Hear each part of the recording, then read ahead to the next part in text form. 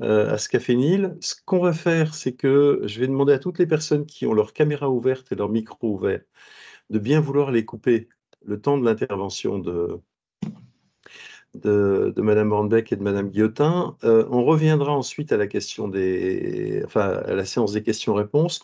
On va prendre une vingtaine de minutes, peut-être un petit peu plus, pour discuter avec nos invités. Et puis, on passera ensuite à à la séance des questions-réponses où chacun pourra avoir la possibilité justement de lever la main, vous savez, les petites mains jaunes que vous avez en haut, pour poser toutes les questions que vous voudrez. Voilà.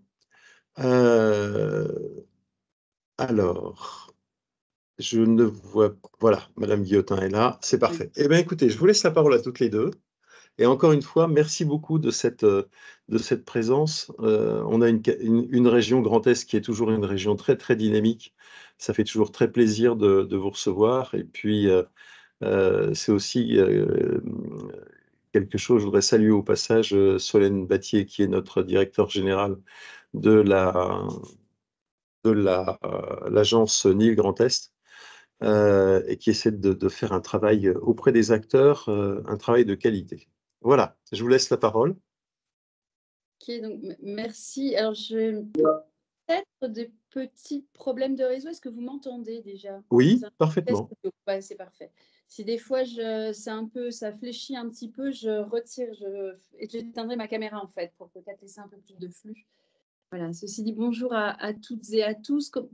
Première question, comment voulez-vous que l'on s'organise? Est-ce que vous souhaitez qu'on partage les choses? Vous partez sur des questions ou on se lance sur la... Je pense que ce qui est intéressant déjà, c'est d'avoir pendant 3-4 minutes votre impression sur en particulier la construction du projet régional de santé, la façon dont vous avez pu être impliqué par l'ARS, ce que vous en pensez, et puis ensuite on déroulera ensuite vos interventions autour de ces différents points saillants. Ok, donc je vais déjà me présenter. Véronique Guillotin, moi je suis avant tout et dès le départ plutôt médecin généraliste que personne politique en fait. Voilà, donc j'ai exercé en milieu libéral surtout. J'ai également exercé en milieu hospitalier, en hospitalisation à domicile, qui est un peu confin en fait entre le libéral et l'hospitalier. J'ai fait également de l'intervention en EHPAD et puis dans des maisons d'accueil spécialisées. Voilà. Mais mon cœur de métier était la médecine générale et la gériatrie. Ensuite, j'ai eu des fonctions donc, à la région d'abord, où j'étais vice-présidente à la santé. Et ensuite, j'ai eu 2 mandats. Donc, je suis sénatrice de Meurthe-et-Moselle, vice-présidente de la commission affaires sociales, donc toujours dans la santé et le non-cumul. Donc, du coup, je suis aujourd'hui avec ma collègue toujours à la santé. Je suis, moi, présidente de la commission santé à la région Grand Est et Nadège Hornbeck, qui est vice-présidente à la santé. Donc, on forme un binôme féminin santé régional. Donc, en fait, on a vraiment la volonté dès le début d'enclencher une politique santé sur la région, d'abord plutôt centrée sur les soins de proximité et cette fameuse problématique d'accès aux soins ou de désertification médicale, peu importe comment on l'appelle. Et puis, quelques temps après, on a souhaité plutôt mettre la santé comme fil rouge de toutes nos politiques. Ça a été un travail d'abord de concertation avec l'ensemble des acteurs sur le premier mandat.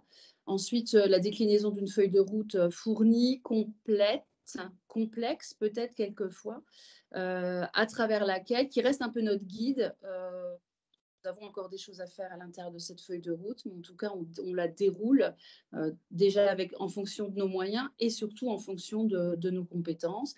Et puis, vous parliez un petit peu des relations. Bah oui, on est une région, on n'a pas de compétences, voilà, on n'a pas la compétence santé, on l'exerce à travers d'autres compétences. puisque ça reste une compétence d'État. Donc du coup, on travaille bien évidemment en lien avec l'ARS parce que notre objectif étant plutôt de décupler les dispositifs ou en tout cas d'aller là où c'est nécessaire, soit en complémentarité avec l'ARS, soit avec l'ARS. Voilà, l'objectif étant bien évidemment de répondre aux problématiques de santé du territoire. Voilà pour moi, la Peut-être, petite oui, présentation. Nadège Bec, si vous voulez vous présenter? Oui, bonjour à toutes et à tous. Déjà, dans un premier temps, merci de nous permettre de parler de la politique santé de la région Grand Est. C'est toujours un plaisir pour Véronique et moi de partager un peu notre travail, en tout cas celui qui est effectué au sein de notre région et puis aussi parfois notre vision. Pour ce qui me concerne, je suis issue du monde des collectivités locales, que ce soit dans le cadre de mon parcours scolaire ou de mon parcours professionnel. J'ai travaillé pendant 8 ans au département du Haut-Rhin, en grande partie dans le médico-social, pour ensuite rejoindre la partie élue, que je n'ai finalement plus quittée après. Je suis élue locale depuis 2014. J'ai été conseillère municipale de ma ville en 2014, adjointe depuis 2020 à Célestat et vice-présidente de la région, donc en charge de la santé et du handicap depuis maintenant 3 ans, enfin depuis 2021. Voilà, je ne reviendrai pas sur ce qui a brièvement été dit sur l'élaboration de la feuille de route santé. Elle a été initiée avant que je n'arrive. Jean Rotner, qui était à l'époque président de la région, avait une appétence particulière pour les sujets de santé. Il souhaitait agir au vu de la situation de notre système de santé, de la santé en général de notre pays sur ce champ-là, malgré le fait que la région n'en ait pas la compétence. Donc, c'est ce qui a été évoqué tout à l'heure par ma collègue Véronique Guillotin. Nous avons finalement, dans le cadre de nos compétences régionales, que ce soit l'aménagement du territoire pour ce qui concerne les problématiques de désertification médicale, l'environnement également, les mobilités ou les formations. Nous nous sommes engagés sur les sujets de santé. Pour ce qui concerne les dispositifs qui sont mis en place et peut-être la pertinence de ces dispositifs, puisque vous l'aviez évoqué dans votre propos introductif, sur la pertinence de ces dispositifs. Alors, on y reviendra peut-être après avec les différentes questions, mais en tout cas, à la région, il nous semble quand même assez pertinent que les collectivités se saisissent davantage du sujet de la santé, que l'on doit davantage territorialiser, même si c'est déjà un peu le cas dans le cadre des ARS, et vous l'aviez évoqué avec le plan régional de santé, pour lequel nous avons tous été consultés finalement. Après, si je peux me permettre, ce n'est pas un exercice forcément évident que de pouvoir retranscrire dans un seul document toutes les problématiques et tous les enjeux de manière très détaillée et fine dans un seul plan. Néanmoins, le plan régional de santé, puisque c'était la question sur sa pertinence et ce qu'on en pense, trace les grandes orientations sur lesquelles nous devons tous ensemble et collectivement œuvrer. Il doit bien évidemment être davantage, peut-être porter davantage l'accent sur certaines problématiques que le monde médical rencontre quotidiennement sur le terrain. Voilà. Après, nous essayons en tout cas à notre échelle, au niveau de la région, d'apporter notre concours pour pallier aux manquements qui subsistent sur le territoire, pour tâcher finalement d'apporter notre aide dans le cadre de nos dispositifs, encore une fois, à destination des professionnels de santé, de leur permettre aussi de reprendre ou de redonner du sens à leur métier au vu de l'attractivité, des problèmes d'attractivité des métiers. Alors, il y a un micro qui n'est pas coupé. Oui, ce serait bien de couper le merci. Merci. Voilà. Non, il est toujours pas coupé. Les inconvénients du direct. Monsieur Cato, ou je sais pas, madame Cato, voilà, si c'est possible, Merci. Je ne je sais vous en pas si prie. on peut évoquer les différents, dispositifs que l'on a mis en place au niveau de la région qui sont assez inédits, où on reviendra sur ces sujets peut-être après dans le cadre des questions. Mais en tout cas, voilà, notre volonté au sein de la région, c'est d'apporter notre concours. Le monde de la santé en a bien besoin, tant sur les problématiques, d'attractivité des métiers, sur, l'innovation, et la recherche, sur la désertification médicale, naturellement. Mais aussi, sur, la santé, environnementale. Après, on intervient aussi sur la santé des jeunes parce que, nous avons, pour compétence, les lycées. Donc, nous avons souhaité aussi construire, notamment avec, le conseil régional des jeunes, des politiques, ou en tout cas des actions qui répondent, eh bien, aux enjeux et puis, aux préoccupations des jeunes en matière de santé. Voilà, Alors si rapidement. on non, non, mais c'est parfait. Ça permet de brosser le paysage et si on reprend en particulier une question qui est lancinante à l'heure actuelle, qui est celle de l'accès aux soins et de la désertification, des pertes de compétences des acteurs, par désertification. Comment au niveau de la région, vous êtes une région frontalière avec des, on va dire, des compétiteurs, extrêmement riches tout autour, que ce soit la Suisse, l'Allemagne, le Luxembourg. Ils ont des moyens financiers qui, peuvent représenter une attractivité forte pour, un certain nombre de personnels. Quelles sont les politiques que vous avez pu mettre en place pour essayer de justement, de pallier cette difficulté? Et comment vous travaillez avec les acteurs de terrain pour le faire, les URPS ou d'autres acteurs, des syndicats de professionnels et autres? Alors, je ne sais pas si Véronique, est-ce que tu souhaites, répondre, en Je première vais ou peut-être pas? bien sur cet aspect de la désertification médicale qui a été, en fait, pour moi, dès le tout premier mandat, en fait, la première des préoccupations, parce que c'était une préoccupation des Français. Et puis, c'est devenu une préoccupation des élus.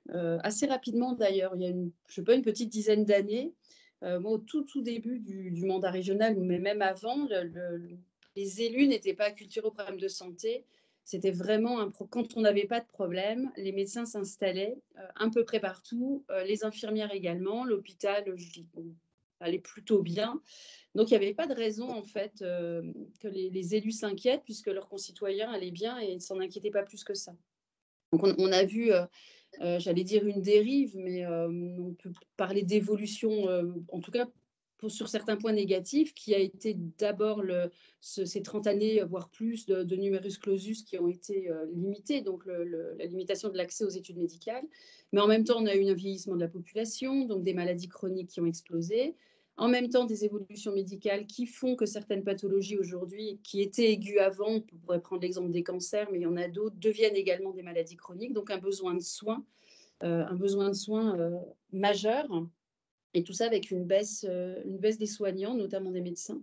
Et puis, je crois que ce que l'on a collectivement, en tout cas, pas anticipé, c'est la volonté et le changement de travail, la manière dont les jeunes veulent travailler aujourd'hui, Mmh. c'est-à-dire en équipe, de manière pluriprofessionnelle, puis en cabinet isolé, et puis avec un équilibre vie familiale, vie professionnelle, comme l'ensemble d'ailleurs de leur génération. Tout ça fait qu'on est sur un vrai bouleversement et effectivement, les méthodes d'hier ne peuvent pas fonctionner. Donc on s'est dit, bien sûr qu'on n'intervient pas sur la formation des médecins. Donc du coup, on s'est posé la question, comment une région, comment une collectivité peut-elle faire, qu'est-ce qu'elle peut proposer pour à la fois attirer des professionnels de santé sur son territoire, les conserver de préférence, les garder, Et puis, faire découvrir à des jeunes peut-être des milieux qui commençaient à se désertifier plus que d'autres. Ça a commencé par la ruralité, mais aujourd'hui, on voit bien que même dans les quartiers de villes plus denses, on a ce problème-là. Et puis, on s'est rapidement en fait mis en action sur la première chose qu'on a fait, c'est on s'est dit il faut qu'on maille notre territoire, ou en tout cas qu'on fasse émerger des exercices, des environnements favorables, c'est-à-dire notamment, c'était au départ le format de la maison de santé pluriprofessionnelle. Puis, et aujourd'hui est devenu peut-être l'environnement le plus attractif pour les médecins généralistes, les jeunes médecins, mais aussi pour les professionnels paramédicaux, parce qu'on voit quasiment des maisons de santé paramédicales aujourd'hui émerger, puisqu'on manque de médecins. On voit quelquefois voilà, juste des professionnels, des triptyques, pharmaciens, infirmiers, kinés, en fait, du premier recours, et ce ne sont plus des maisons de santé pluriprofessionnelles labellisées, mais en tout cas, on voit plein d'autres formes émerger. Donc, on a tout de suite été sur ce créneau-là dès 2016. Et aujourd'hui, on est à peu près à 120 créations, extensions de maisons de santé pluriprofessionnelles que l'on a aidées. On a pratiquement aidé 62% des maisons de santé sur le territoire. Et puis, dès 2022, on a ouvert nos dispositifs sur plein de choses, c'est-à-dire nous allons également sur, par exemple, des maisons de santé qui n'ont pas de médecin généraliste, par exemple. S'il n'y en a qu'un, ce n'est pas très grave, on aide. On va également sur des regroupements, je vous l'ai dit, par exemple, de regroupements paramédicaux. On peut aller sur des porteurs qui ne sont pas que des porteurs publics. C'est-à-dire on va soutenir également des porteurs privés à but non lucratif, une SCI qui porte une maison de santé à partir du moment où elle répond à un service public de santé. La région est à ses côtés. Voilà, tout ça fait qu'on est quand même aujourd'hui à alors, on a encore des zones blanches, hein, on en reparlera, c'est là où la territorialisation d'ailleurs doit jouer, c'est comment aujourd'hui on va sur ces zones blanches qui sont des zones où on n'a pas de dynamique, pas de regroupement, pas de maison de santé, où c'est compliqué. Comment, avec l'État, les régions, les collectivités, les EPCI, les professionnels, comment on va sur ces zones pour tenter d'y apporter une réponse. Donc ça a été la première chose. Et on a également souhaité rapidement se dire que pour inciter des jeunes professionnels de santé à découvrir des territoires qu'ils ne connaissaient pas particulièrement, ça pouvait, je disais, les territoires ruraux, les territoires QPV par exemple, dans les villes, on a instauré des bourses aux internes pour ceux qui allaient sur des territoires en zone sous-dense, par exemple. C'est des bourses qui peuvent compenser un petit peu l'hébergement et la mobilité, le déplacement. Voilà, ça a été vraiment la première grosse brique qu'on n'a pas cessé de faire évoluer parce qu'aujourd'hui, ça évolue encore. Juste un petit exemple, on a très dernièrement soutenu, donc il y a 2 collectivités, 2 petites villes, ce ne sont pas des métropoles, hein, qui ont créé des pôles de santé, c'est-à-dire ils ont salarié leurs propres médecins. Ils ont salarié 3 médecins pour un et 2 médecins pour l'autre. Donc, on est sur un pôle de santé, un centre de santé municipal. Donc, on a, voilà, ils ont commencé à créer. Et aujourd'hui, on a des centres de santé, des maisons de santé multisites avec 3 bâtiments sur 3 centralités rurales, quasiment différentes. Excusez-nous, oui, c'est possible, je ne sais pas qui est la personne qui, enfin c'est monsieur ou madame Cato, mais si vous pouvez faire attention à votre micro parce que ça brouille complètement la communication. Merci beaucoup. Et donc aujourd'hui, on voit émerger par exemple des maisons de santé multisites. Alors, ce n'est pas commun, hein, mais en tout cas, ça repose des questions d'investissement. Est-ce que c'est une maison de santé? Est-ce que c'est en étroit? Voilà, mais généralement, il n'y a qu'un projet de santé sur 3 centres, par exemple des centres-bourgs, sur des territoires un peu plus éloignés, avec un seul projet d'une communauté médicale qui s'est mis, et paramédicale, qui s'est mis ensemble pour créer un projet de santé. Et puis, comment on travaille? On travaille... c'est de la couture fine souvent. Alors, soit ce sont les professionnels qui viennent nous solliciter en disant on a un projet, ou les collectivités, nous avons un projet, voilà, tout est quasiment prêt, on a des murs, est-ce que vous venez nous aider au financement? Ou alors, on a de temps en temps besoin d'aller avec les professionnels de santé ou aller aux côtés des collectivités pour leur expliquer peut-être quel chemin prendre quand il y a des moments de blocage.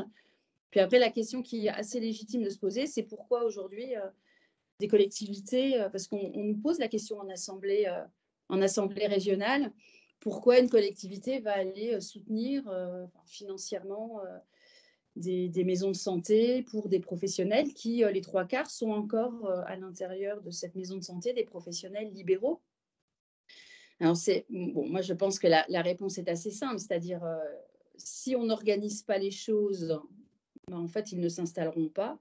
C'est rare de voir des professionnels faire, enfin, c'est pas leur cœur de métier. En fait, ce qu'ils veulent, c'est des conditions d'exercice correctes, ensemble. Donc, c'est plutôt aux collectivités à au moins prendre le lead sur le sujet. Et puis, en fait, ils n'ont plus trop envie d'avoir beaucoup de paperasse pour être assez direct. Donc, l'idée, c'est d'avoir des maisons de santé avec une secrétaire partagée, parce qu'une secrétaire pour un médecin, économiquement, c'est plus viable aujourd'hui. Avoir des locaux qui soient propres et aux normes. Avoir également peut-être un assistant médical ou une infirmière en pratique avancée à l'intérieur de ces locaux pour libérer également du temps médical en même temps qu'ils travaillent en pluridisciplinarité. Voilà, donc ça a été deux mesures assez fortes qu'on a mis en place, et puis il y en a derrière donc pas mal d'autres sur ce premier volet avec ce problème aujourd'hui de zone blanche à régler. On va devoir, je pense, continuer à remettre les choses sur le métier puis à évoluer. Je crois que sur le problème des zones blanches, c'est un problème national. Il restera toujours des zones qui sont des zones qui vont être désertiques, ne serait-ce que parce que c'est un désert de l'État, plus que parce que c'est un désert médical. C'est-à-dire qu'il y a des endroits où, de toute façon, il n'y a plus rien d'autre que éventuellement une épicerie, et encore, s'il y a un commerce qui reste dans un village, c'est bien. Et donc, c'est difficile d'attirer du personnel médical, comme c'est difficile d'attirer également de l'emploi ou des choses comme ça. Madame Hornbeck, par rapport à tout ça, le dialogue avec les acteurs, parce que ce qui me frappe beaucoup dans l'intervention de Madame Guillotin, c'est ça semble, entre guillemets, simple à mettre en place, alors que là, je viens de recevoir, j'aurais pas dû le recevoir, mais je l'ai reçu, le rapport d'étape sur les articles 51. Mesure qui a été prise il y a 3 ou 4 ans ou 5 ans peut-être maintenant. On s'aperçoit que pour le moment, il n'en sort pas grand-chose. Il y a quelques articles 51 qui sont validés, et dans ceux qui sont validés, des articles 51 généralisés, je pense qu'il faudra encore 5 ans. Donc, ça fait partie de ces outils merveilleux qui sont mis en place par l'administration centrale et qui, au bout du compte, ont un rendement qui est un rendement extrêmement court. La chance que vous avez quand j'écoute Madame Guillotin, c'est que vous avez un rapport facile, simple. Peut-être que vous avez un guichet unique, je ne sais pas, mais que ce dialogue entre les acteurs de terrain et les décideurs locaux est un dialogue qui peut se faire et on peut trouver des solutions faciles. Enfin, il y a une possibilité de rapprocher, oui, peut-être pas toujours facile, mais une problématique, une possibilité de rapprocher le besoin et la solution plus simple que si on passe par le ministère de la Santé, que ça redescend en plus sur le terrain, qu'il faut faire 2 ans d'évaluation du projet, que le projet doit se mettre en place, et ainsi de suite. Sur quoi on est sur quelque chose de très complexe. Vous le jugez comment tout ça, ce dialogue? Alors, le dialogue, j'ai envie de dire, de par notre fonction d'élu local, c'est un peu notre job. De pouvoir être au plus proche et peut-être en première ligne vis-à-vis, eh bien, que ce soit de nos concitoyens ou de nos différents interlocuteurs, des acteurs, d'écouter, d'être déjà à l'écoute des problématiques, des besoins et d'essayer de trouver toutes les solutions possibles pour régler les problèmes. Voilà, ça c'est notre quotidien d'élu, que ce soit sur le sujet de la santé ou tous les autres sujets.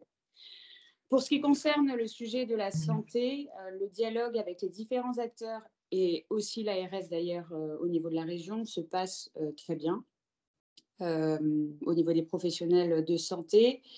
Alors peut-être que la facilité que l'on a en tant qu'élu local, parce que souvent quand on est à la région, on est aussi élu communal, ce qui facilite beaucoup les choses et c'est ce qui fait aussi qu'on a peut-être une méthode d'écoute ou de concertation peut-être un peu différente par rapport à d'autres structures qui sont peut-être plus éloignées des territoires. En tous les cas, un projet, quel qu'il soit, ne se construit pas sans les acteurs directement concernés. En l'occurrence, au niveau de la santé, on peut créer une MSP dans un secteur parce qu'un élu vient crier au secours parce qu'il n'a plus de médecin dans son territoire.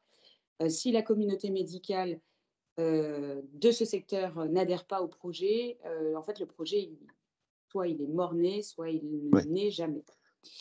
Donc, il est important d'inclure eh bien, tous les acteurs, que ce soit institutionnels ou professionnels du territoire autour d'un même projet, de le construire ensemble. Alors parfois, ce n'est pas si évident que ça, parfois ça prend du temps, mais je pense que il vaut mieux prendre du temps des fois pour bien construire un projet plutôt que de se précipiter, comme ça peut être le cas pour certains élus qui pensent bien faire parce qu'ils ont envie de répondre à un besoin de la population, parce qu'il y a aussi cette pression au niveau de la population pour les élus. Voilà, donc on peut leur proposer des situations, des solutions plutôt séduisantes qui, in fine, ne sera pas forcément la solution adéquate pour son territoire et en plus de ça, pas forcément acceptée par la communauté médicale si l'élu a un manque de connaissances du milieu. C'est important de rapprocher le monde institutionnel du monde de la santé qui ne parle pas le même langage, qui n'a pas forcément le même fonctionnement et qui ne se comprend pas toujours. Donc déjà, ça, c'est un enjeu que nous avions compris au niveau de la région pour composer et pour mettre en place notre feuille de route santé. J'ai vu qu'il y avait une petite question concernant la participation de la région au niveau des MSP. Je me permets juste de répondre à cette question-là. Bien Elle se sûr. fait uniquement en investissement. Elle va de 15 000 à 275 000 euros de tête pour les MSP. Elles doivent être donc labellisées, privées ou publiques. Et voilà. Et en général, quand on met un dispositif à la région en place ou un appel à projet, on met dans la boucle l'ARS, l'assurance maladie, les interlocuteurs, comme je vous l'ai dit, pour que l'on puisse bien construire ce dispositif en lien avec nos différents partenaires. Voilà. Je ne sais pas si j'ai répondu à toutes les questions. Une petite précision peut-être sur les MSP. On a effectivement le volet MSP labellisé, mais peut-être pour répondre, on a également le volet, alors ça s'appelle plus d'MSP du coup, centre de santé ou maison médicale non labellisée. C'est-à-dire qu'on va sur des dispositifs, sur des extensions par exemple, en investissement. On n'est pas avec l'ARS, on y va quand le professionnel ou le porteur de la maison de santé a besoin de son extension. Et puis, on va également sur des choses où l'ARS ne va pas, quand on est sur du pôle de santé ou de la maison de santé, donc quand il n'y a qu'un seul médecin, à l'examen du dossier médical, à l'examen c'est la professionnelle qui reparle, à l'examen du dossier du projet de santé à l'aune de du territoire, c'est-à-dire de sa désertification médicale et paramédicale, on peut aller soutenir une MSP, même si elle n'est pas labellisée par l'Agence régionale de santé. Alors, il y a une question de Loïc Jamoto, qui est un fidèle du Café Nil. Bonjour Loïc, au passage. Comment vous articulez votre action avec les CPTS, les communautés professionnelles des territoires de santé? Elles sont forcément incluses dans les projets à un moment donné ou un autre, parce que comme je le disais,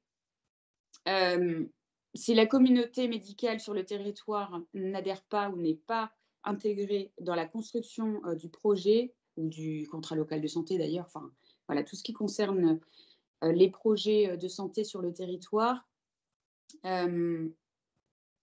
nous considérons que le projet n'aboutira pas. Voilà. Donc les CPTS sont effectivement inclus dans la discussion, dans l'échange, et dans la construction du projet. Après, ça peut prendre du temps, hein, parce que dans certains cas, quand on a par exemple une zone où il n'y a plus de médecins, il peut arriver que donc le maire vienne nous solliciter avec quelques professionnels de santé et notamment paramédicaux qui souhaiteraient eh bien, monter une structure et que ça bloque au niveau des médecins qui sont dans le secteur.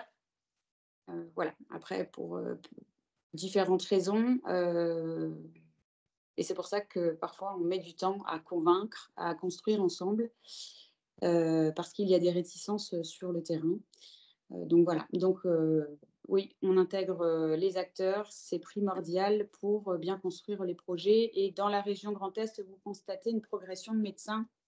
Eh bien, j'ai envie de dire qu'on est malheureusement dans le creux de la vague. Donc, on est en train de descendre dans ce creux.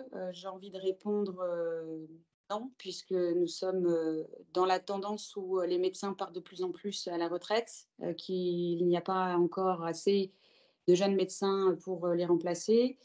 Néanmoins, je pense que c'est le moment, et c'est ce que l'on fait tous, pour mettre en place tous les dispositifs possibles pour infléchir, inverser cette tendance le plus rapidement possible durant ces 5 à 10 années où il y aura des départs successifs à la retraite. Voilà. Oui, la Peut-être un situation petit de la complément. région Grand Est reste la même que la situation nationale sur ce plan-là. On est dans on est dans le trou démographique C'est qui a exactement ça. été créé par le numerus clausus et il faudra remonter la pente après. Véronique J'ai Guillotin, vous peut-être vouliez dire? oui, un petit complément sur les CPTS. Alors, ce qu'a dit Nadège, et je partage complètement. Par contre, on n'en fait pas une priorité, c'est-à-dire qu'on ne part pas de la CPTS pour aller soutenir ou pas soutenir un Non, projet. On n'attend pas de validation de CPTS pour aller soutenir un projet. C'est-à-dire le projet que l'on soutient, c'est le projet des professionnels de santé qui vont créer ce projet-là, ou la collectivité avec les professionnels de santé. Donc, c'est d'abord, on regarde s'il y a un projet médical. On ne cherche pas à savoir si les médecins ou les professionnels de santé font partie ou pas d'une CPTS. Par contre, si une CPTS nous sollicite pour son projet propre, parce que c'est déjà arrivé, une CPTS qui avait créé en même temps des locaux dans leur maison, enfin ils avaient organisé ça à partir de la CPTS, on a soutenu, mais ça ne reste pas pour nous, en tout cas, on ne met pas, entre guillemets, une condition de soutien par rapport à l'intégration d'une CPTS. Alors, je ne sais pas si c'était le sens de la question ou pas, mais voilà, je pense que c'est important de le préciser. Bah, comment on va faire une organisation qui est plus intégrée de tous les professionnels de santé au sein justement de ces communautés professionnelles? Je pense que c'est le sens de la question en effet. Moi j'avais une dernière question avant qu'on passe à la session des questions-réponses. Vous savez que chez Nil, on est très, pour nous la question du One Health, une seule santé, est une question centrale, stratégique. On sait qu'il y a un fort tropisme de la région Grand Est sur ces questions-là et j'aimerais savoir comment tout ça s'articule avec, les modifications du système sanitaire humain, on va dire. Comment vous pouvez arriver à créer du dialogue entre les santés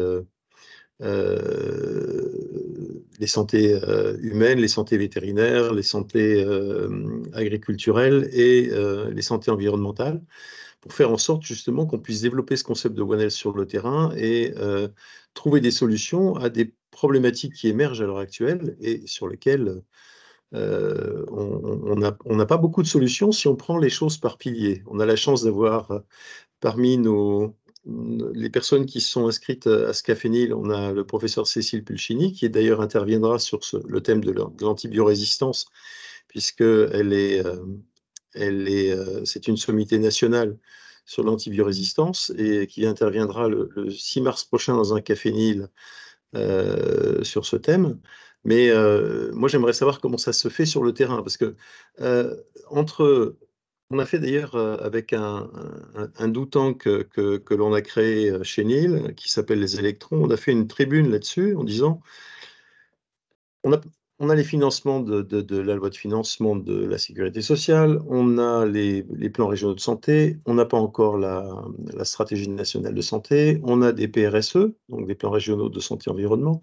On a tout ça, ça fait une espèce de globi-boulga de trucs qui se mélangent. Et comment, quand on est élu local, on arrive à s'y retrouver dans cette espèce de gros chamboule-tout sur lequel, d'ailleurs, si c'est possible que mon équipe vous mette le lien sur la tribune, on comprendrait mieux la problématique. Mais c'est vrai que pour un élu local, ça doit être la croix et la bannière pour arriver à s'en sortir, quoi.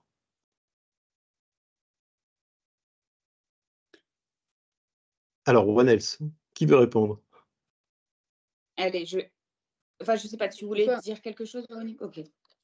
Non, je voulais dire que... Vas-y, Oui, vas-y. Bon, allez, je démarre et puis tu complètes.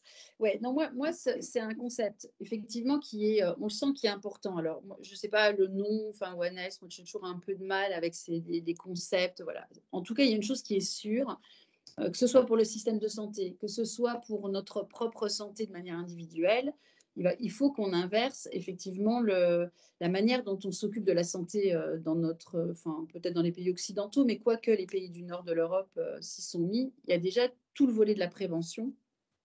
Et bien évidemment, on voit bien aujourd'hui le volet de l'environnement. Enfin, on perçoit les choses et je pense qu'aujourd'hui, ça ne fait plus question et plus débat. Bien évidemment que tout est imbriqué. Le climat, l'humidité, la sécheresse, le microcosme animal, enfin, on vous parlait d'antibiorésistance, ben oui, la chaîne animale fait que ça se retrouve effectivement, y compris dans nos assiettes. La prévention, parce qu'on arrive souvent, on a une santé qui était très, très, très fortement axée et on avait une très bonne santé de soins. Aujourd'hui, il faut absolument qu'on prenne tout ça à 360 degrés. Alors, la complexité, pour y venir, oui, c'est complexe. C'est complexe, on ne disait pas des spécialistes non plus, des spécialistes médicaux à la région. Donc, c'est un sujet complexe. Par contre, ce qu'on pense, c'est que la région a beaucoup de compétences. Quand je parle de compétences, c'est des compétences qu'on nous donne pour les exercer. On a la formation, on n'en a pas parlé, mais c'est aussi un sujet majeur. Vous avez parlé de la transfrontalité, on pourra peut-être y venir plus tard. On a la formation, on a l'aménagement du territoire, on a l'économie, on a l'agriculture, on a les lycées à l'intérieur desquels on peut exercer des compétences pour la santé de nos jeunes. On a également, je ne sais pas, quand on fait par exemple l'aménagement d'un bâtiment public, quand on va aller sur une rénovation d'une école, d'un lycée, la manière dont il est orienté, tous ces sujets-là peuvent effectivement, on doit pouvoir s'en saisir. Alors, c'est quand même des démarches assez récentes, donc moi je ne dis pas qu'on est parfait partout, mais en tout cas, on a un président qui est fortement investi sur le sujet et un petit peu le leitmotiv de cette région, c'est de se dire qu'à travers chacun de nos dispositifs, on doit y intégrer soit l'environnement et en tout cas un environnement plus sain pour notre santé. Voilà comment un petit peu à la région on envisage les choses. À côté de ça, on participe au PRS 4 sur un petit bout de pilier qui est effectivement la One Health du coup. Mais voilà un petit peu la manière dont nous essayons en tout cas d'intégrer et de transformer. Alors quand on transforme une industrie, quand on la décarbone, bien évidemment que l'action, elle est sur la santé humaine. Quand on va inciter la transition, quand on va inciter l'électrique ou quand on va travailler sur une mobilité douce, on va également travailler à la fois sur la santé de nos concitoyens, à la fois sur la qualité de l'air, voire la qualité de l'eau. Enfin, voilà. Donc un petit peu de manière très, très globale, la manière dont nous, on envisage les choses. Mais oui, c'est quand même très complexe parce qu'il faut en même temps décloisonner nos administrations. Donc, décloisonner les élus, déjà, on a chacun notre travail, nos compétences, on est dedans, voilà. Donc, il faut parler à nos collègues, il faut parler aux collègues des lycées, il faut parler aux collègues de l'agriculture, des fois, il peut y avoir des visions un petit peu différentes. Et puis, il faut aussi décloisonner des administrations qui ont toujours eu l'habitude de travailler pour leur propre pôle, en fait. On estime d'ailleurs, ce qui est amusant quand vous parlez des administrations, excusez-moi de vous couper, Madame Amdax, juste pour donner un chiffre, Pierre Breton, qui était le conseiller santé-environnement de Madame Firmin Lepodeau, dans le précédent gouvernement, disait: «Il y a 11 ministères à mettre en phase et il y a 30 administrations centrales, à rendre cohérentes». Donc je comprends bien que le challenge est particulièrement important, et que pour réussir un ensemble harmonieux, ça va prendre un peu de temps. Voilà. Madame Handebeck, je vous ai coupé, excusez-moi. Non, non, c'est moi. Je voulais rebondir sur ce que disait, Véronique, sur le décloisonnement, qui n'est pas un exercice facile, surtout quand on a eu effectivement l'habitude depuis des décennies, d'agir un petit peu dans son couloir de nage. Néanmoins, je trouve qu'au niveau de la région, on se prête, de plus en plus à cet exercice puisque, que ce soit au niveau de l'élaboration de la feuille de route santé, c'est un travail qui a été partagé par l'ensemble des directions, métiers, de la région. Sur le sujet de l'environnement, c'est un sujet sur lequel, Franck Leroy est très investi, Véronique, l'a dit. Nous sommes en train, de travailler, sur ce sujet-là au niveau des différentes directions métiers. Hem Comme l'a dit Véronique également, donc nous intervenons, de différentes manières au niveau de la région par rapport aux différentes compétences qui sont les nôtres. Je ne reviendrai pas sur ce qui a été dit. Il y a aussi, le volet innovation et recherche, qu'on n'a pas forcément évoqué, mais qui est, un secteur qui est soutenu, fortement soutenu, par la région, où il y a, ces opérateurs, dans le territoire, avec lesquels nous travaillons en étroite collaboration. Mais cet aspect-là est quand même important dans la mesure où, si l'on souhaite remplacer, heu, eh bien, les modes opératoires actuels qui sont, polluants, aujourd'hui, il faut enfin cela passe par, l'innovation, et la recherche. Donc là aussi, au niveau, par exemple, de l'agriculture, voilà, on fait un petit peu le procès, des pesticides aux agriculteurs en disant que ce sont, les premières, victimes et qu'ils ne devraient même pas, les utiliser. Oui, certes, mais après, ils ont un modèle économique à respecter. Enfin, je veux dire, la concurrence, elle est très rude, surtout, à l'échelle internationale. Donc, c'est dans ce sens-là que nous travaillons aux côtés des agriculteurs, c'est-à-dire que, on essaye, de booster, la recherche et l'innovation, sur ces sujets-là pour leur permettre finalement, d'avoir les outils nécessaires dans le futur, qui puissent accompagner pardon, leur exploitation et avoir une politique agricole, plus vertueuse et plus respectueuse de l'environnement. Après, ce sont des sujets, qui sont, certes, touchy, délicats, mais c'est des sujets que l'on doit évoquer, malgré tout, peut-être avec beaucoup plus de nuances, heu, que c'est le cas, aujourd'hui et essayer de Oui. comprendre aussi, les enjeux et les problématiques, de chaque, métier. Je reviendrai juste sur, la partie, une seule santé. Dans le cadre du PRSE, ça a été dit, ça fait partie de notre axe prioritaire. Alors comment on agit concrètement sur le territoire? Puisque ça a été, c'était ça la question, initiale. On agit, en soutenant, les différents projets qui sont portés, par les acteurs de territoire. Hem, pour ce qui me concerne, moi, je considère qu'il ne faut pas, réinventer la roue. Quand il y a quelque chose qui fonctionne très bien sur le Bien territoire, il sûr. faut justement le soutenir, au lieu d'essayer de trouver, toujours quelque chose qui est innovant et qui n'existe pas, pour faire la différence avec les autres. Je ne suis pas sûre, enfin, c'est important de le faire, mais je ne pense pas qu'il faille faire, uniquement cela. Je pense qu'il faut, davantage soutenir les forces sur le territoire, les acteurs sur le terrain qui connaissent, les sujets, qui savent de quoi ils parlent et qui ont des solutions.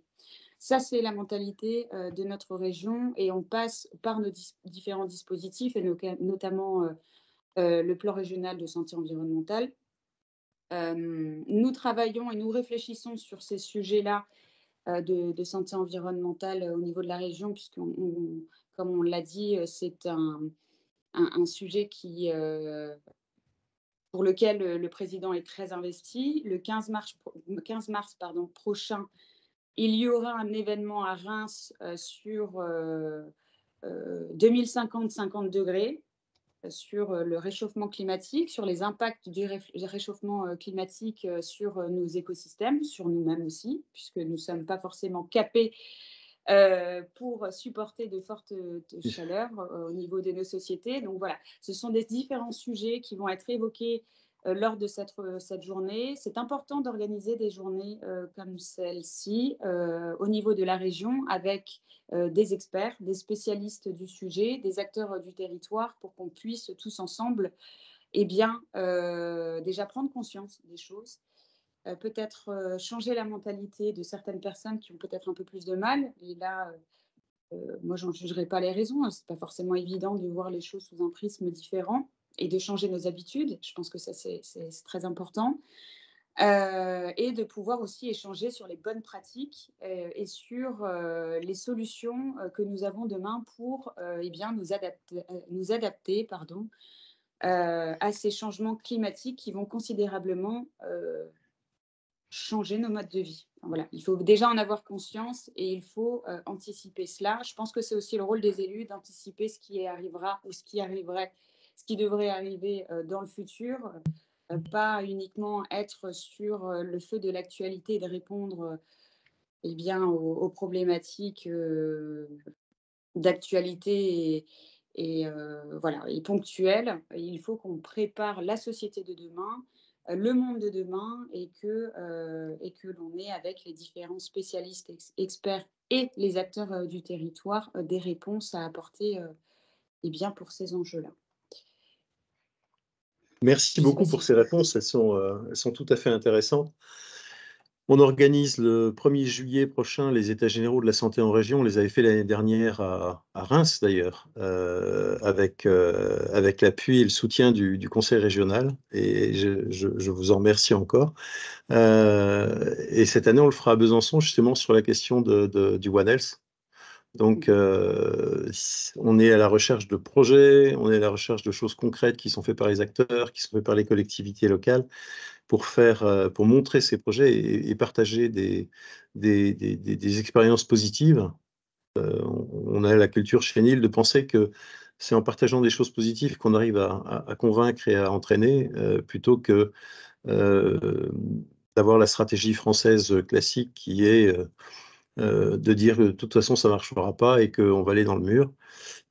C'est pas comme ça qu'on voit les choses, nous, à la maison, je dirais. Voilà, alors on va passer maintenant à la séquence des questions-réponses. Je voudrais passer tout de suite la parole, s'il veut bien la prendre, à Thomas Lavirotte, parce qu'il posait une question justement sur le rôle de l'industrie et comment on peut travailler entre l'industrie et, euh, et les collectivités locales, un conseil régional, une région, pour mettre en place des solutions innovantes. Thomas, si vous voulez. Oui, merci Olivier. Bonjour mesdames, bonjour à tous. Alors effectivement, moi, je m'occupe chez Siemens Healthineers de la transformation et du développement stratégique. Alors complètement en phase avec ce que vous disiez, Madame Hornbeck. D'ailleurs, on intervient à l'occasion de votre congrès de Reims 2050 pour parler un peu des actions qu'on mène chez Siemens Healthineers. Mais plus généralement, ce que je voulais vous dire, c'est que souvent, en fait, j'entends assez peu d'implication en fait de l'industrie.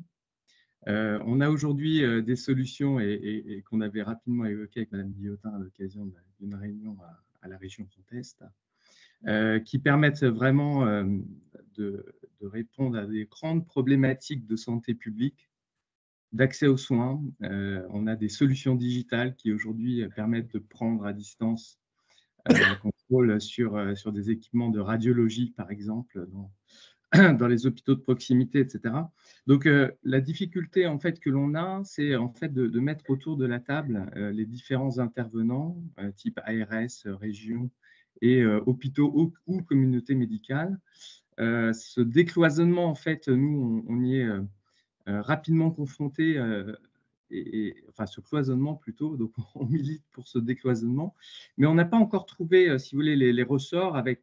Je mets à part quelques expérimentations qu'on a pu mettre en place grâce à BioValley, au pôle de compétitivité, qui est un vrai facilitateur, mais ce n'est pas suffisant. Voilà, pour être très clair avec vous, on voit une volonté politique très forte, mais dans le fond, les populations, je pense en particulier, parce que je suis ambassadeur AVC, pour prise en charge parcours AVC, qui des solutions qui sont vraiment assez faciles à mettre en place, des technologies nouvelles de scanners mobiles, etc., qu'on peut déployer. Mais on n'a pas, si vous voulez, le guichet unique qui permettrait de présenter en fait ces solutions-là et de se lancer ou pas d'ailleurs dans des expérimentations. Alors, on y arrive assez bien finalement en local. Moi, je rencontre souvent les DG de CHU, Michael Galli à l'époque sur Strasbourg, Arnaud Van Est sur Nancy, etc. On arrive à mettre en place des choses, je veux dire, intra-hôpital, mais alors dès qu'il s'agit en fait des déserts médicaux, des territoires de santé un peu dépourvus, là vraiment ça se complique. Et vraiment des prises en charge d'infarctus du myocarde, d'AVC. L'AVC, juste pour rappel, c'est 10 fois le nombre de morts sur les routes en France, 10 fois. Donc, on a des enjeux de santé publique majeurs, mais qui ont une certaine difficulté voilà, à trouver des courroies de transmission. Donc, je me dis, si les régions aujourd'hui se lancent davantage, font un peu plus d'ingérence dans les prises en charge de santé des populations, on l'a bien vu depuis le Covid, on peut probablement être intéressant que vous créiez en fait ces guichets pour qu'on puisse parler de ces choses-là ensemble, parce qu'on est très, très présent sur plein de domaines, quoi. Voilà. Alors, chez Siemens, c'est ailleurs, bien sûr. Ça rejoint une question d'ailleurs. Allez-y, allez-y. Oui, ça rejoint une question de Nordine Soucy sur les partenariats publics-privés. Comment vous envisagez tout ça également? Alors, la difficulté du décloisonnement, moi j'ai envie de dire, on est en France, donc il y a énormément de strates. Voilà, on a l'État, on a comment dire, les administrations étatiques, l'ARS en est une, les administrations territoriales ou locales, la région en est une. Comme nous l'avons dit tout à l'heure, au niveau de la région, depuis cette mandature, nous sommes sur un décloisonnement de nos politiques. Ce n'est pas toujours évident parce que ce n'est pas la culture. Ce n'est pas la culture de notre administration, ce n'est pas la culture de notre pays. Donc moi, je comprends le problème auquel vous êtes confrontés. D'ailleurs, vous n'êtes pas le seul à être confronté à ce problème. Après, en ce qui concerne nous, les relations avec l'ARS, l'assurance maladie ou les différents acteurs, elles se passent bien. Donc, si vous voulez, quand on a une problématique ou un acteur ou quelqu'un qui nous fait remonter eh bien, un besoin, peu importe, une sollicitation, s'il y a besoin de mettre en lien avec les autres acteurs comme l'ARS, nous le faisons. Après, c'est sûr que c'est un petit peu le parcours du combattant. C'est aussi le cas quand on veut chercher des sous, des subventions. Dans le monde de l'innovation, les start-upers, par exemple, nous font part de la difficulté de monter les dossiers, les multiples dossiers des différentes institutions. Ce n'est pas forcément évident pour eux, nous en avons conscience. Je ne sais pas si la région peut être finalement la porte d'entrée dans la mesure où la santé n'est pas une compétence régionale, enfin en tout cas pas de la collectivité qui est la nôtre. C'est un sujet sur lequel en tout cas nous travaillons et nous discutons avec l'ARS, c'est-à-dire que nous nous interrogeons sur la manière dont on peut être plus pertinent sur le territoire. Voilà. Après, la vocation de la région, ce n'est pas de se substituer à l'ARS, par exemple, ou à l'État, qui a pour le coup la compétence pleine et entière de la région, de la santé, pardon. Et j'ai oublié votre question, la dernière question que vous aviez posée, monsieur Olivier. Thomas ou moi? Non, c'était vous. C'était sur les partenariats publics-privés. Alors, les partenariats publics-privés, ils peuvent se faire. Les discussions se font au niveau de la région et au niveau des différents opérateurs.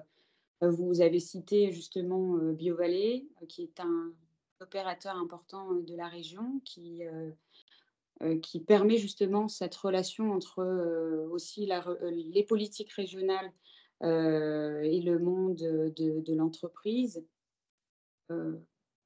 Voilà. Après, c'est sûr que ce n'est pas forcément toujours évident. Il faut parler aussi question budget. Nous gérons des fonds publics, donc nous sommes soumis à certaines Bien sûr. réglementations.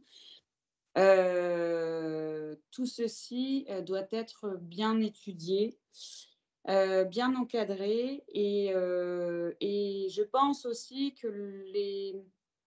les freins que vous rencontrez, ce sont nos propres freins à nous. C'est-à-dire que nous avons un budget à tenir, nous avons énormément de problématiques à traiter, sur différents champs et malheureusement, on ne peut, pas intervenir sur tout de suite. Donc il y a des projets qui devraient émerger sur les territoires, qui n'émergent pas tout de suite ou, pour lesquels, finalement, il n'y a pas, de soutien affirmé de l'administration, en tout cas pas, au moment, de la demande ou du besoin. C'est parfois, une question, eh bien, des possibilités, de la collectivité ou de l'administration de pouvoir le soutenir ou pas, à l'instant T. Donc les choses prennent parfois du temps. C'est, je le sais, frustrant, tant, de votre côté que du nôtre. Mais bon, en fait, il y a énormément de besoins, sur, le champ, de la santé, et de l'autre côté, pas forcément, les moyens et c'est pour ça que les collectivités s'engagent aussi, sur ce champ-là pour, prêter main forte et essayer, de faire émerger, heu, eh bien, ces projets-là. Je pense au programme Hôpital du futur, par exemple, qu'on a construit avec, l'Agence régionale de santé. Le programme Hôpital du futur, qui est quand même inédit en France, a pour vocation, d'aider les hôpitaux, notamment publics et surtout, en tout cas pour la première itération, de permettre aux professionnels de santé de se recentrer, sur, leur métier, de base, donc soigner et nous avons, financé, des projets dans, les hôpitaux, qui répondaient à une innovation organisationnelle, donc en lien avec les entreprises ou les industriels, parce que forcément c'est vous qui avez, aussi, les solutions, vous êtes des offreurs de solutions. Nous avons construit ce dispositif, déjà par un travail, préliminaire avec, des acteurs comme vous, des discussions avec, les agents, les professionnels de santé, mais aussi, les entreprises, les offreurs de solutions que vous représentez. Nous avons mis en place donc ce dispositif, d'hôpital du futur. Aujourd'hui, nous en sommes à la deuxième itération qui portera sur la décarbonation, des hôpitaux, qui répond aussi à une qualité de vie au travail, des soignants, mais aussi des patients. Et là aussi, vous avez des solutions à apporter et en fait, c'est dans ce cadre-là, que, nous travaillons avec, eh bien, les industriels, les offreurs de solutions, pour être plus, général. Voilà. Après, malheureusement, on ne peut pas satisfaire tout le monde. Je ne sais Peut-être Alors, pas je si voulais, Véronique pour souhaitait, redire ce que vous dites. Je, compléter. je me permets juste de quelques mots. On ne cherche pas forcément des subventions, madame, hein. Il y a des solutions Oui, oui, aujourd'hui, non, mais ça, de la biologie délocalisée, qui, in fine, coûte moins cher pour le système de santé global que le système actuel, si vous voulez, qui font même faire des économies. Donc voilà, je dis juste, peut-être mettons-nous, trouvons le moyen de nous mettre autour de la table à plusieurs, ARS, régions, les communautés médicales, pour présenter et avancer sur ces sujets-là. C'est ça notre difficulté, c'est pas forcément le financement. Oui, Je parlais des start-upers. ouais, ok. Je peux alors, on a Je une vois. autre question qui est intéressante, Peut-être à moins que peut-être Véronique une Guillotin, vous voulez intervenir? rapidement une intervention sur le sujet. En fait, on a deux mondes. Vous êtes du monde de l'entreprise, et moi, je suis effectivement du monde de la santé, et c'est deux mondes qui ne se connaissent pas. Ou peu, le monde de la santé, quelque chose, voilà, on a des organismes de tutelle qui valident pas après pas le matériel qu'on doit utiliser. Enfin, voilà, on a quand même ce système-là. Et puis, on a effectivement à la base deux mondes qui ne se connaissent pas. Donc, vous avez raison, il faut qu'on se mette autour de la table. Et ça, quand ça a été fait au moment de la crise Covid avec le BAJ, par exemple, vous avez cité BioVallée, etc., on a quand même, alors, sur des choses peut-être pas très d'une grande innovation, mais en tout cas, quand on a lancé la feuille de route télémédecine, ça n'aurait, je pense, pas pu se faire si ça n'avait pas été organisé de cette manière-là avec les entreprises, avec les startups, avec le monde industriel, l'agence régionale de santé, parce que Nadège l'a dit, c'est eux qui ont la compétence, et puis la région, parce que nous sommes des territoriaux. Et alors, il y a deux choses. On a effectivement, nous, notre propre agence d'innovation, on a BioVallée, on a quand même des choses intéressantes qui se font. Par exemple, moi, je crois beaucoup au campus. Alors, on a par exemple le campus NextMed sur l'Eurométropole de Strasbourg, où sur un même campus, en fait, on va avoir les chercheurs, la médecine clinique, des startups, de l'innovation, et voilà. Et c'est quand ce monde-là, en fait, se rencontre, et y compris sur des projets très concrets, je crois qu'on avancera. On a par exemple Imeuse, mais là, effectivement, on revient sur le sujet, c'était plutôt de l'expérimentation, et je suis d'accord pour dire que l'expérimentation, au titre de l'article 51, c'est à la fois lourd et long, et je ne sais pas au bout de 5 ans si on est toujours dans l'innovation. Donc oui, on a un grand pas à faire, moi je crois, de ce côté-là. Après, je crois que ce que le monde de la santé, alors moins l'hospitalier et les CHU, parce qu'ils sont habitués en fait à la valence clinique et à la valence recherche. Le monde libéral, par exemple, de ville, est beaucoup plus... des gens connaissent moins, je dis on, parce que je peux peut-être tenter d'expliquer pourquoi c'est compliqué.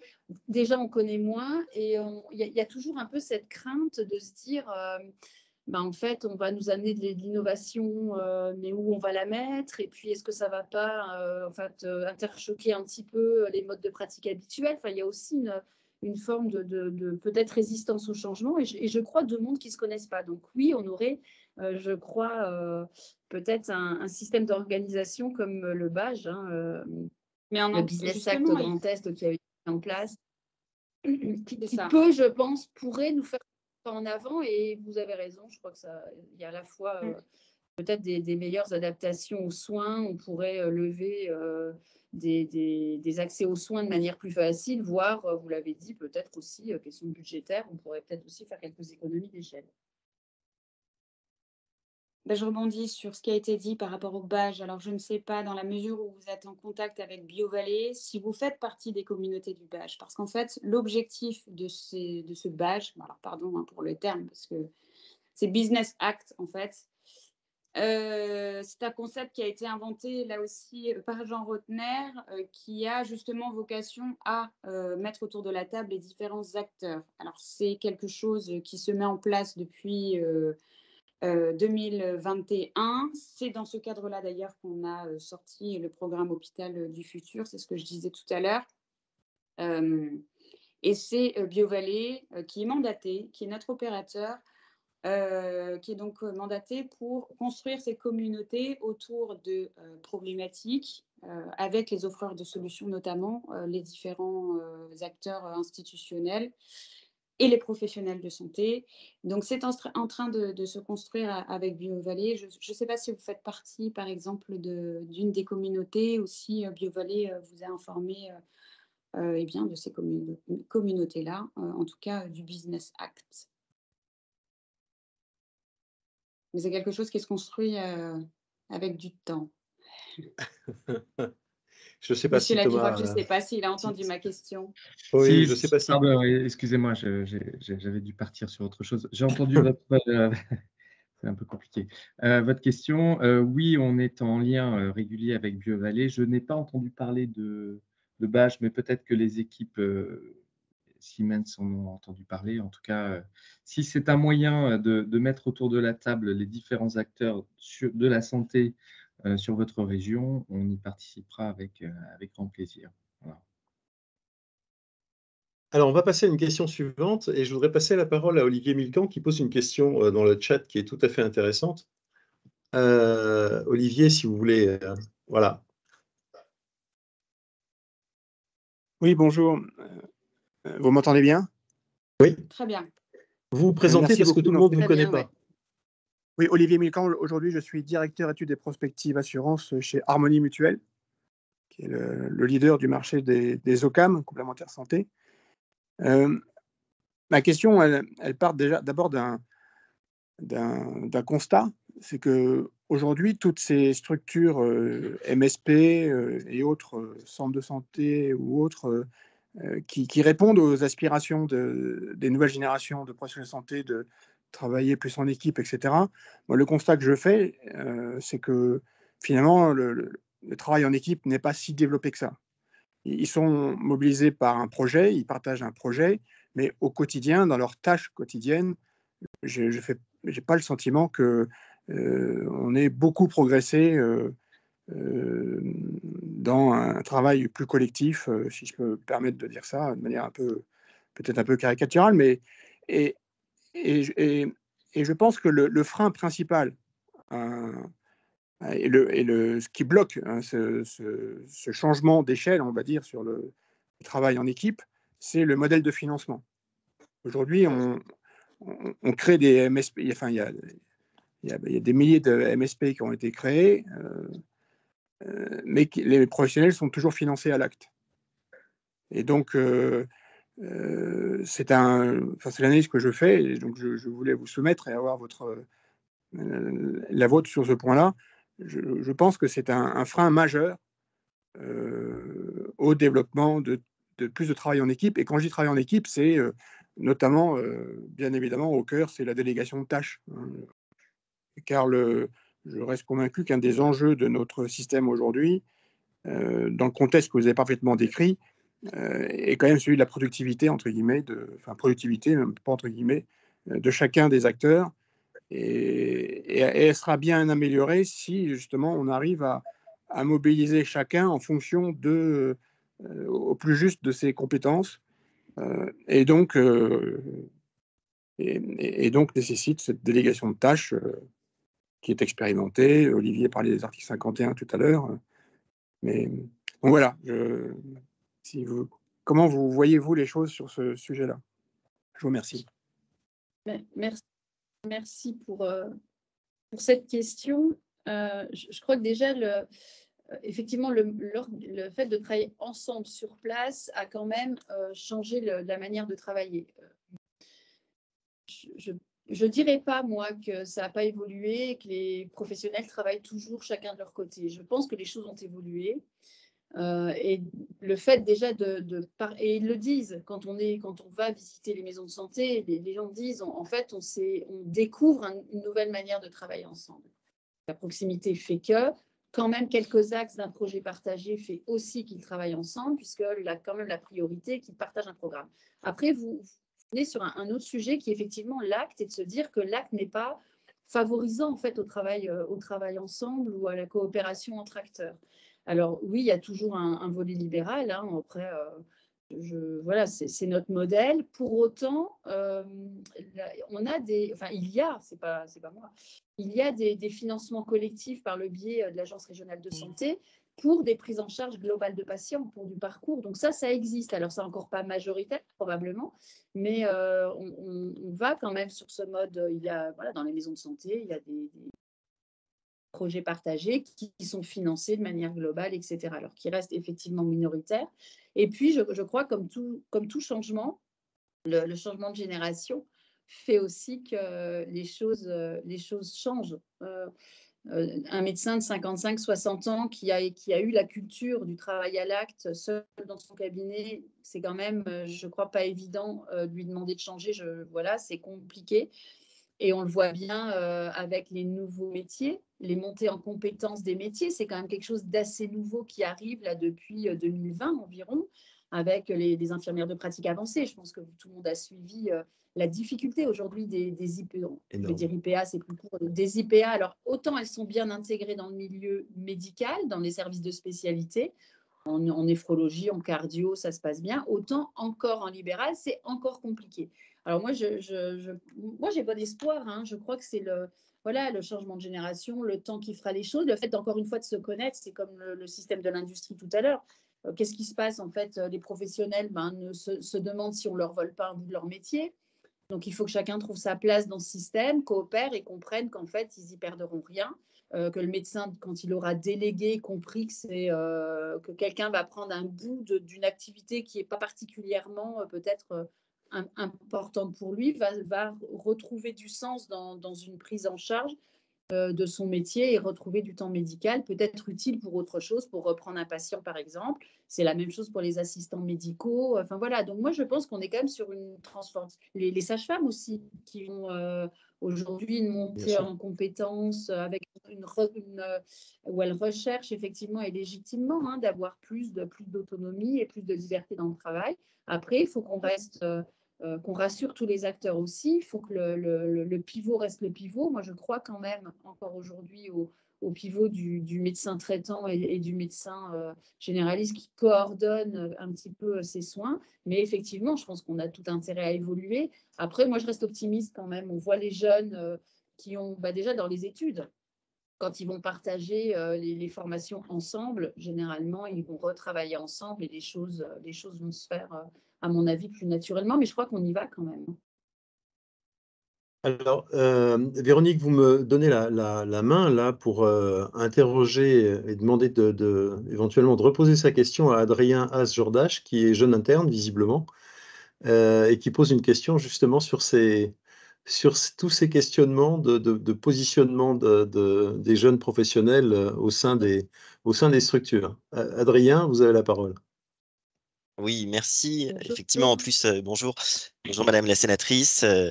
Moi, je suis interne de médecine générale. Je vais faire un projet de maison de santé pluriprofessionnelle qu'on est en train de monter dans le Grand Est. Je suis aussi représentant des internes au niveau régional et on a déjà eu un bref échange avec Madame la sénatrice à ce sujet. Moi, c'était surtout un constat, une sensibilisation. On parlait beaucoup d'anticipation des élus.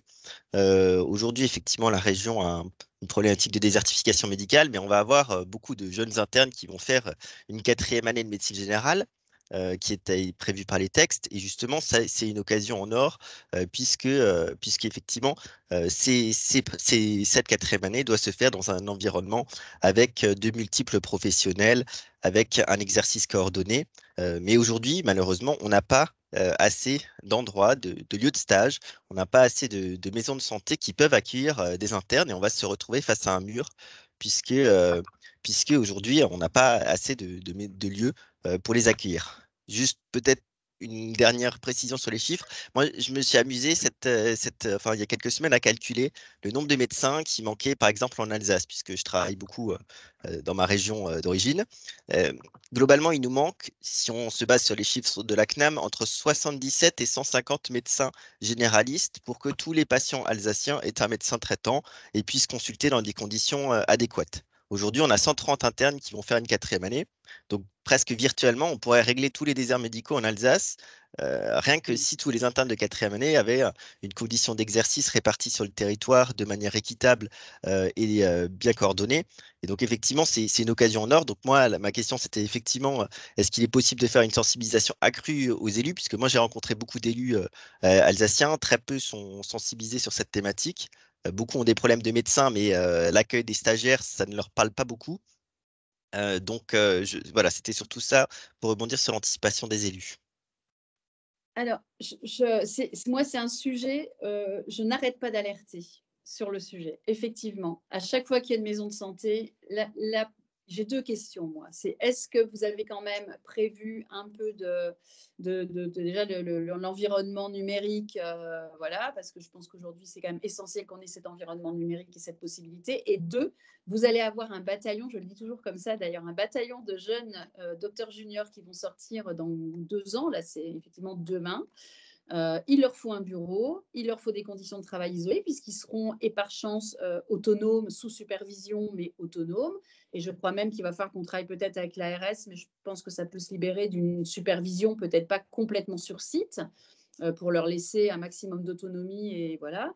Et quels sont voilà. Et nous, on est prêts et on l'a déjà. C'est pour ça qu'on va sur les extensions. On est prêt à aller vers le soutien en investissement sur ces extensions parce qu'il va falloir les accueillir et c'est une chance. Alors, ça peut être accueilli dans une maison de santé, ça peut être accueilli, il faut innover. Je ne sais pas, il peut y avoir une commune à côté de la maison de santé. Si c'est trop compliqué à la maison de santé pour faire un bureau, pour accueillir en lien avec la MSP qui est à côté. Enfin, tout ça est pour nous complètement open et ouvert.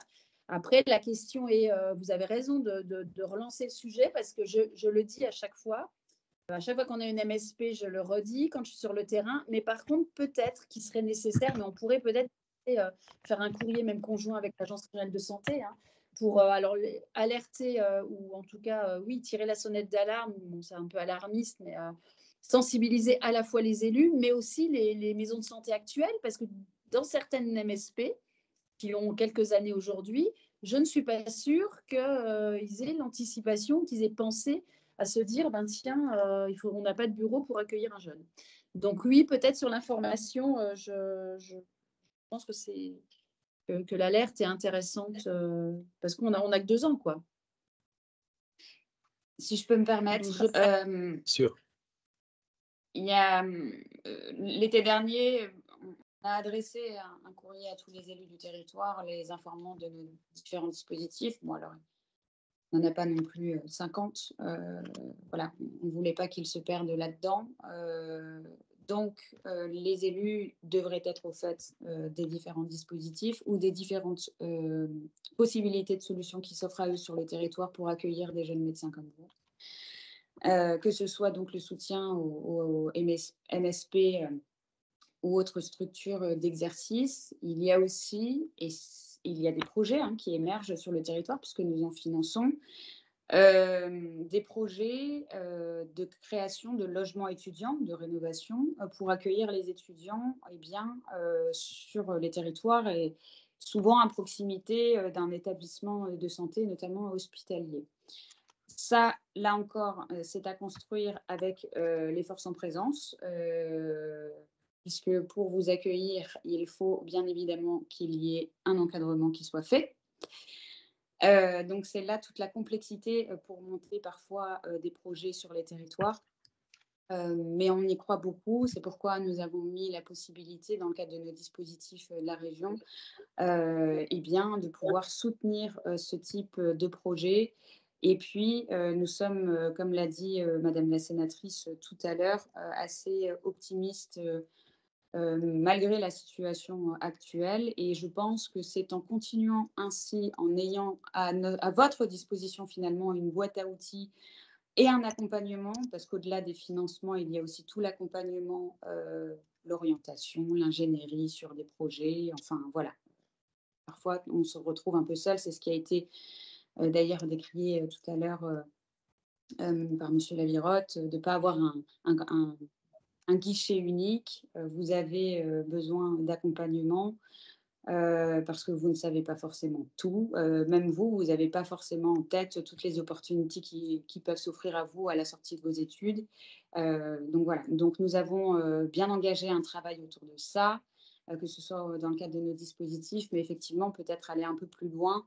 Et là, ça rejoint peut-être le besoin de Monsieur Lavirotte tout à l'heure, d'avoir peut-être un peu plus de décloisonnement et d'accompagnement et d'information à destination de tous les acteurs comme vous qui êtes étudiants. Voilà. Donc, c'est intéressant d'avoir ces échanges ce matin aussi avec vous parce qu'on a aussi un retour finalement sur vos besoins expressément. Alors, nous, on est dans le jus aussi, donc on travaille sur ces différentes problématiques. On a l'impression de bien avancer. Mais c'est en échangeant aussi avec vous qu'on se rend compte que sur certains sujets, on doit peut-être un peu mettre davantage l'accent. C'est vrai qu'on est beaucoup sur l'accompagnement dans les projets, dans les territoires, pour les MSP, pour les logements étudiants, par exemple. Mais peut-être que le besoin de guichet unique et d'accompagnement devrait attirer davantage notre attention. On devrait peut-être davantage travailler sur ce sujet-là, qui pour le coup ne coûte pas forcément de l'argent, mais qui serait d'une aide fondamentale pour vous. Oui. Merci beaucoup. Je voulais peut-être juste remercier effectivement la région parce qu'effectivement la région Grand Est apporte un financement aussi effectivement pour les stages en zone sous-dense et effectivement les internes sont très contents de ce financement et à votre disposition pour échanger pour la suite. Oui, c'est un peu modestement ce qu'on cherche à faire avec les caféniles, c'est créer ce dialogue et ce lien facile et faciliter les choses. Je voudrais juste terminer par une question, si elle est encore là, c'est Marie-Aude Vizine qui la porte. Marie-Aude, si vous êtes toujours là, je trouve que la question que vous posez est extrêmement intéressante. On parle de démocratie sanitaire, on parle de rôle du patient dans la prise en charge. en discutant avec le président de la Haute Autorité de Santé l'autre jour, je disais, mais on a un problème avec les PREM et les PROM. Là, on ne sait pas du tout comment la Haute Autorité veut pouvoir les prendre en compte dans l'évaluation des produits de santé, que ce soit les dispositifs, les médicaments et autres. Et là, la question porte justement sur ce Business Act. Écoutez, Marie-Aude, je vous laisse la poser. Oui, bonjour. Du coup, j'avais une interrogation, effectivement, parce que là, on a surtout un regard de professionnel au sens large, professionnel de la santé, industriel, mais pas le regard du citoyen. Et on parle beaucoup aujourd'hui des représentants des usagers. On commence à parler un peu plus des patients partenaires qui ont été formés, mais on a souvent un filtre qui est, si vous n'êtes pas membre d'une association, vous n'accédez pas ou vous accédez beaucoup plus difficilement au groupe de travail de l'AHS et à des choses comme ça. C'est pareil au niveau des CPTS, on est plus souvent sur des représentants des usagers. Et derrière, on a un vrai souci aussi de comment s'engager quand soi-même on est vulnérable et que ça entre en conflit finalement avec le peu d'activité possiblement qu'on est en capacité de dégager. Enfin, il y a quelque chose vraiment à structurer, je pense, et il y a des expériences et des retours d'expérience importants par rapport à tout ce qui est inégalité en santé, par rapport à quand on est vraiment dans le jus et qu'on apprend du coup à connaître le monde de la santé en tant que patient, mais aussi à voir tout ce que les professionnels vivent. Je pense qu'on a beaucoup à apporter pour construire, mais que c'est difficile d'arriver à se faire aussi une place en fonction de l'énergie qu'on a pour l'apporter et de l'accueil qui nous est fait. Et c'est vrai que ce matin, du coup, l'aspect patient et citoyen surtout, parce que patient, on y sera tous un jour, n'a pas été évoqué. Je voulais savoir comment au niveau peut-être de la région et voilà, du Business Act, c'était envisagé cette participation-là. Quels étaient les modes que vous aviez retenus pour l'intégration au niveau de cette réflexion-là, finalement? Véronique, je ne sais pas si tu veux répondre. Moi, je vais peut-être juste... Merci pour cette question. Pour moi, elle est fondamentale. Je ne suis pas médecin de métier. Donc, j'ai peut-être un peu le regard un peu plus citoyen, peut-être dans l'équipe, si je peux dire ça ainsi. C'est vrai que la région a plus l'habitude de s'adresser finalement aux professionnels de santé. Moi, j'en avais déjà parlé avec le président Jean Rotner quand il était encore président, en lui faisant part peut-être un peu d'une frustration qui rejoint un peu votre propos. Je disais qu'il était très important finalement de traiter avec les professionnels de santé. Hein, ça, c'est indispensable. Par contre, moi, je souhaitais qu'on inclue davantage peut-être les patients, les citoyens patients ou les patients experts dans la réflexion, dans la construction peut-être des fois de notre politique, parce que j'estime que nous sommes au service de tous, et notamment des citoyens. Alors la structure régionale, qui est une grande structure, a par conséquent plus de facilité à traiter avec les têtes de réseau, les associations, c'est ce que vous disiez, ou les entreprises, en tout cas les professionnels. C'est une volonté de notre part. Après, c'est aussi un travail que l'on doit mener davantage au sein de la région, mais c'est une volonté de notre part de toucher aussi le citoyen sur ses expériences, puisque là aussi, moi, je suis convaincue que vous avez des clés de solutions. Et on en rencontre quand même régulièrement, que ce soit Véronique et moi. Nous avons régulièrement des rendez-vous avec toute personne, qu'elle soit citoyenne ou professionnelle.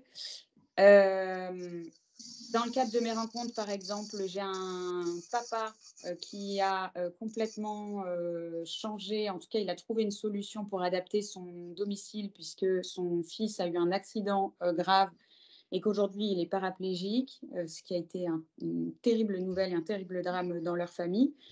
Et en fait, en moins de 6 mois, finalement, il a trouvé un concept d'adaptation du logement pour redonner de l'autonomie à son fils, mais à lui-même aussi. Parce que quand une personne a une difficulté de santé ou un handicap, ce n'est pas uniquement cette personne qui est touchée, c'est tout son entourage.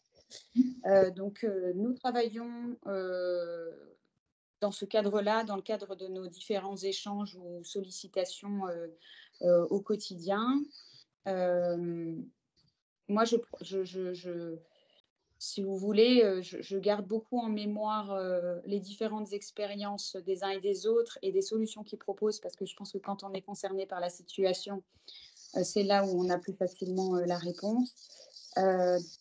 Parfois, on soutient des initiatives locales dans le cadre de nos dispositifs, mais je pense que là aussi, c'est un sujet sur lequel on doit davantage.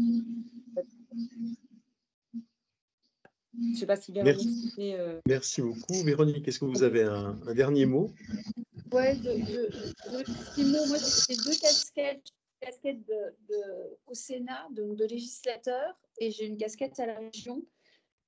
Effectivement, par exemple, sur tous les textes de loi, on a beaucoup plus. Enfin, je trouve que c'est plus simple d'avoir une action concrète pour faire, entre guillemets, faire plus de place aux citoyens patients, aux associations de patients, tout simplement. Alors, après, le milieu associatif est quand même plus simple. On le voit dans les organisations, dans les EHPAD. Enfin, c'est quand même plus simple d'avoir effectivement le monde associatif devant nous que d'avoir des personnes isolées. Enfin, voilà, dans le monde de la santé, effectivement, on est plus sur ce versant-là.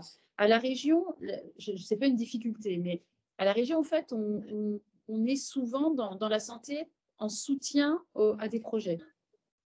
Donc, la question qu'il faut se poser, vous avez raison, c'est comment on intègre plus le citoyen dans la réflexion du projet, parce que c'est quand même lui qui va aller, il y a le professionnel qui va aller dans la maison de santé, par exemple, si on prend ça, ou dans l'hôpital local. Par contre, il y a le citoyen qui s'y rend, enfin le patient ou la famille du patient, etc.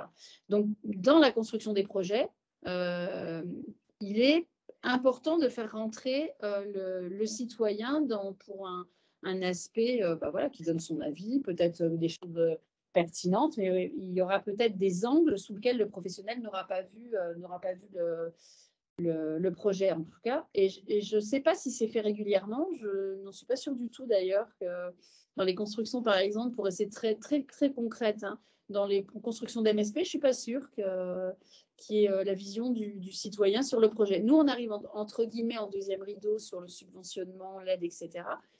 Mais voilà, il y a peut-être quelque chose à faire de ce côté-là, effectivement, qui peut être incité par les financeurs, hein, en disant, voilà, est-ce que vous avez quand même rencontré les citoyens? Est-ce que vous avez fait des réunions publiques? Ça peut être par la réunion publique, hein, le citoyen patient, ce n'est pas uniquement par l'association. Voilà, est-ce que vous avez confronté votre projet à votre population, tout simplement? Enfin, déjà, ce serait déjà une première étape. Et puis, les contrats locaux de santé, alors les contrats locaux de santé, ils y sont. J'ai rarement vu un contrat local de santé. Tous les contrats locaux de santé que nous co-signons, le travail est quand même très large et très à 60 degrés. Les CPTS, il y a peut-être des professionnels dans la salle. Je ne sais pas si les CPTS ont dans leur composition le fait d'intégrer les associations de patients. Alors par contre, c'est une question que je pose. Il y a peut-être parmi les personnes cette visio. Normalement, ils doivent, les projets de CPTS doivent être présentés aux patients et également aux élus locaux. Voilà. Voilà. Donc, je crois que ça se fait quand même. Peut-être pour les plus petits projets, non, mais voilà, je crois qu'il faut constamment, effectivement. Alors, c'était pas naturel, hein, vous avez raison. C'était pas naturel. On était dans un monde très professionnel, un peu même auto-centré. Déjà, le médecin parlait au médecin, il parlait pas à grand nombre d'autres. Oui. Encore, comme je l'ai dit tout à l'heure, monsieur d'Harmonie Mutuelle, je crois que les choses changent et vous avez raison d'être là, en tout cas, pour faire entendre votre voix et continuer à pousser le sujet. Mais écoutez, on a l'habitude de respecter les horaires chez NIL. Donc là, on a on arrive à la fin de notre Café Nil. Juste quelques dates pour ceux qui sont intéressés. Le 28 février prochain, donc mercredi prochain, on fait un Café Nil avec Anne-Sophie Joly et Richard Zazabachian sur la discrimination des gros. Nous a semblé, d'abord, on travaille beaucoup avec l'association justement qui est portée par Anne-Sophie, et c'est une vraie problématique médicale et pas simplement une problématique sociétale. Et cette discrimination, en fin de compte, c'est aussi une forme de limitation de l'accès aux soins. Le 6 mars prochain, on reçoit Céline Pulcini, donc avec grand plaisir pour nous parler justement de One Health sous l'angle de l'antibiorésistance avec Jean-Yves Madec. Le 12 mars, on lance un DoTank qu'on a créé il y a maintenant 2 ans, mais on le relance complètement avec un autre partenaire en plus qui est comme public, et ce DoTank, c'est France for One Health. Et on fait ça à l'Académie de médecine avec le soutien de toutes les académies qui sont concernées sur le One Health, et en particulier la majorité de leurs présidents. Donc là, on va avoir vraiment un débat sur One Health qui va être extrêmement intéressant. Et puis, le 27 mars, Alexandra Fourcade, qui était présente, je ne sais pas si Alexandra est partie, mais qui était présente justement lors de ce Café Nil. Alexandra viendra justement nous parler du dernier rapport qui a été fait sur toutes les questions du rôle des élus au sein de la sphère de santé et comment on peut améliorer toutes ces questions également. Voilà. Merci encore. C'est toujours passionnant de vous écouter. On apprend beaucoup de choses. C'est aussi l'un des plaisirs du Café Nil pour moi, à titre personnel.